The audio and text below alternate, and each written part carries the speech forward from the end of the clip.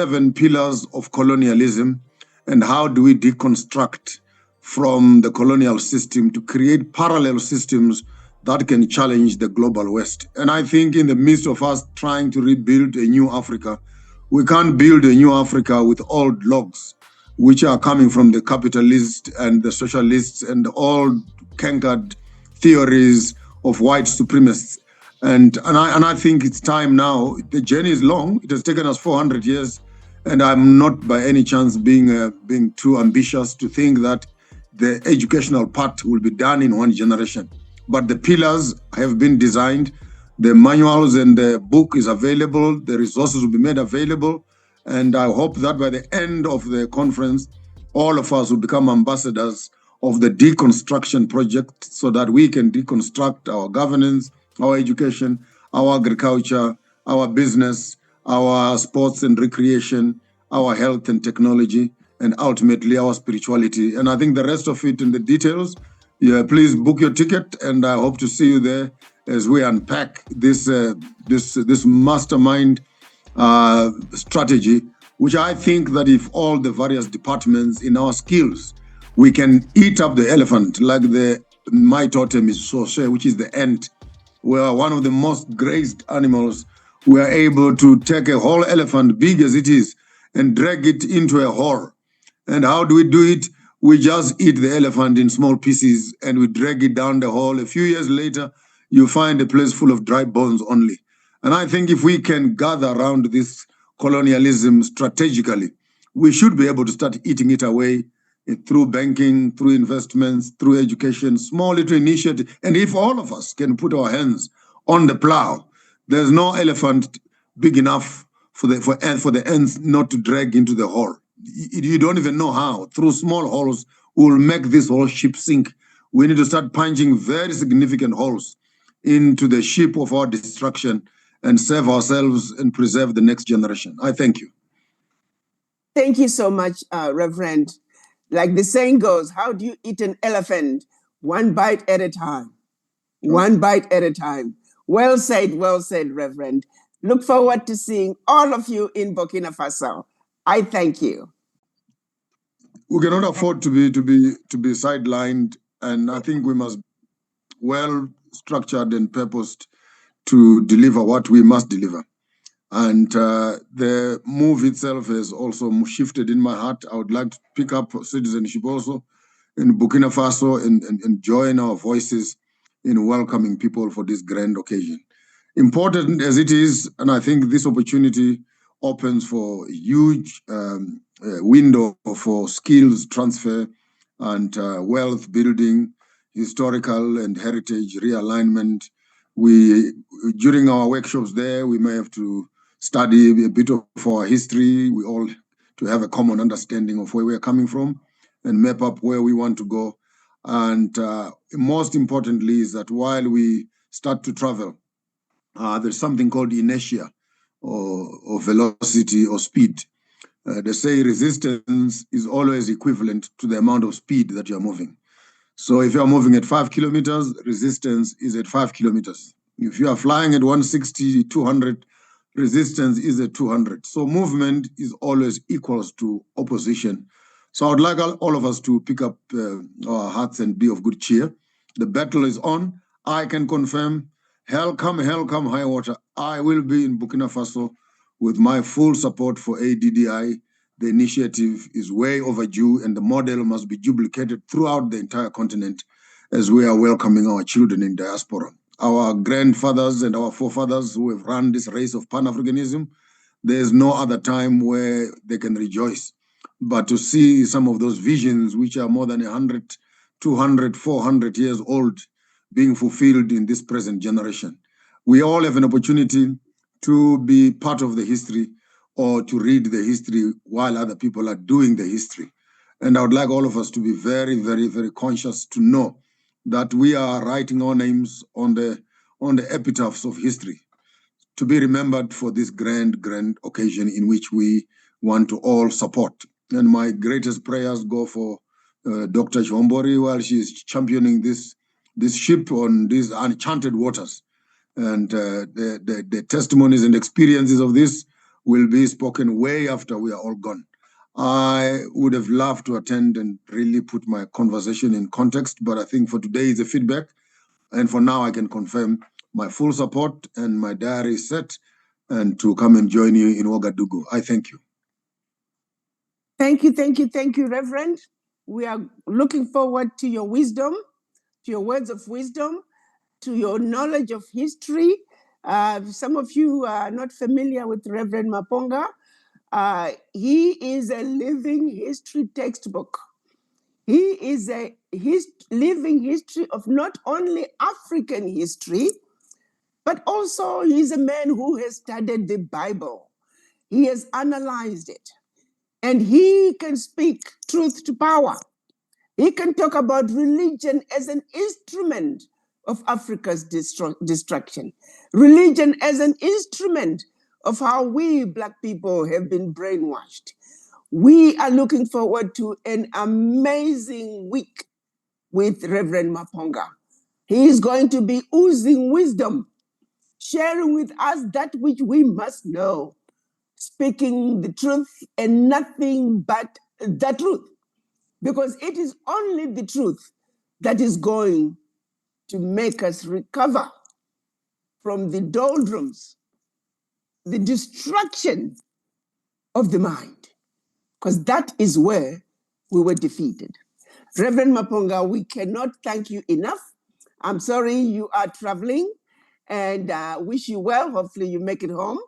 But we're looking forward to seeing you in Burkina Faso, where we will continue the conversations with our children, those who wish to listen. As a parent, you give birth to the children, you raise them the same way, but they all turn out differently. And they all change at different stages. So those who might not hear the message today, we're not going to give up on them. We will continue to be there. And when they are ready, they will join us. We just hope that they don't create an equal and opposite force to destroy. Because if we don't do this, then who? If we don't do it now, then when? When we look at our circumstances as Black people, honestly, even each and every one of us, where do you see us going as Black people? Are you willing to leave this world the way it is for our children? I would hope your answer is no. So on that note, Rev, do you have any final comments about the program in Burkina?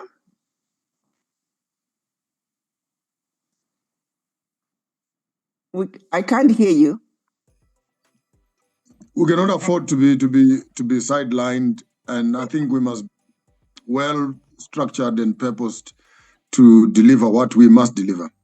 And the move itself has also shifted in my heart. I would like to pick up citizenship also in Burkina Faso and join our voices in welcoming people for this grand occasion.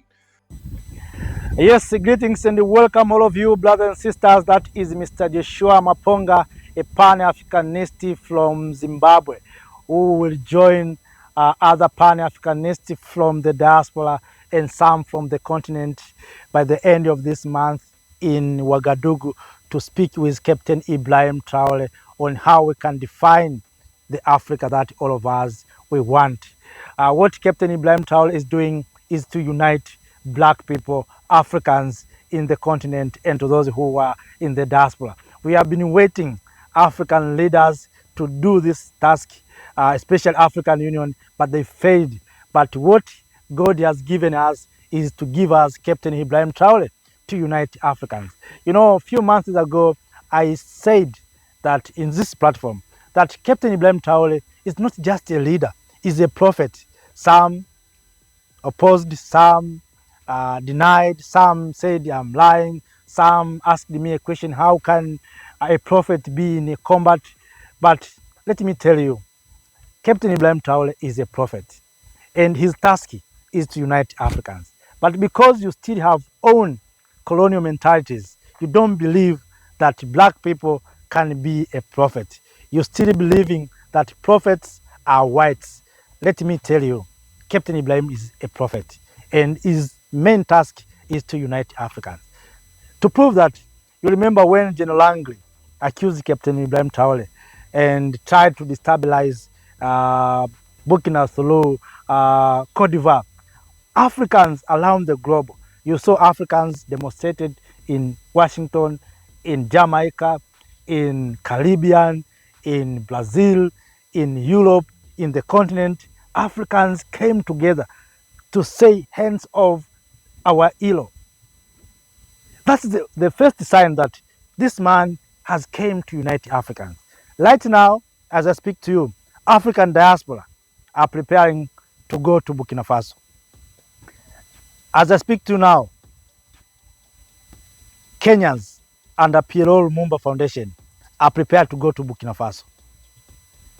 Zimbabweans are prepared to go to Burkina Faso. South Africans are in the way to Burkina Faso. Zambians, I saw somebody called Fred Membe. He was in Burkina Faso. So right now, many Africans are going to Burkina Faso. And by the end of this month, African diaspora and Africans in the continent, Pan-Africanists, will be gathered to redefine a new Africa and the Africa that we are. So you can see the sign of Captain Ibrahim Traoré as a prophet of uniting Africans. You saw African legends, footballers, united in Burkina Faso. You remember that? I shared the video. Samuel Eto'o Fields, you remember El Hadj Diouf, Rigobert Song, and many others went to Burkina Faso. What Captain Ibrahim Traoré is doing and his task that God has sent him to do is to unite black people, to unite Africans. That is a task. So to those who said Traoré is not a prophet, please remove your colonial minds. Traoré is a prophet and his task is to unite black people. And in the near future, we are going to see a united Africa under Captain Ibrahim Traoré. And of course, we have already seen it. We have already seen it. But we know among of us, we have puppets, we have perpetrators, because in every community, there are some people who are betrayers, especially in Africa. We have no shortage of betrayers. Within of us, we have, and we cannot look back because of these few people, but we will try to change them. And of course, if they will not change, we'll remove them and keep them aside from our group. But let me tell you, brothers and sisters, if there's a time for Africa to come together and unite, it's this time. Last month, African Union and CARICOM came together to talk about integration, unity, but we didn't see the results and reports from African Union, whether from the Caribbean, maybe things are still under the table. It's okay. But you can see that right now is the time for Africans, black people, to come together. And if we don't come together, we'll be defeated forever. Because this is the era where Africans will need to unite and to speak as one voice. So I'm sharing this for you, my dear lovely family, to know what is going on in our mother continent, Africa. By the end of this month, Africans in the continent, Pan-Africanists, our brothers and sisters in the diaspora under ADDI and Mama Arikana Chihombori-Quao will be in Ouagadougou in Burkina to redefine a new Africa. So we'll continue to share good news from there. And if you will join them, it's okay. And if you want to get full information, I will share full information for you to reach there and what you can do in order for you to be part of that meetings where African diaspora, Africans in the continent, Pan-Africanists will work together with Captain Ibrahim Traoré to support development, to do some works there. And some have already asked for membership and some have been asked for citizenship of Burkina Faso. Some want to build the industry. That's what we want to do. We want Africans to control our natural resources. We want Africans to own our mines and minerals. If we can do so, brothers and sisters, Africa can move in the right direction. So of that, I have no more to share. Thank you for watching. Don't forget to share the video. And if you are new in this platform, make sure that, brothers and sisters, you Subscribe to join a big family of Make Africa Great. We are here to share our thoughts, ideas, and to find best solutions for our challenges. So I'm speaking from this beautiful place, as you can see, where it is full of green. It means it's so productive. See, so green, full of water. It means there's life here. If you saw water, it means there's life. So I'm speaking from this beautiful place in our motherland. Africa has no shortage of good places. Africa lacks investment. And investment will come from me and you, not from Chinese, not from Europeans. Because if we don't invest, those investments will not be owned by Africans. Yes, we have storage, we will have mines, we will have trucks and loads, but those who have invested will be the owners of those things. So for we Africans to own our things or to own resources, let us come and invest. And that's why you see brothers and sisters in the diaspora are going back home in Burkina Faso. So, a luta continua. Thank you. Thank you, Africa.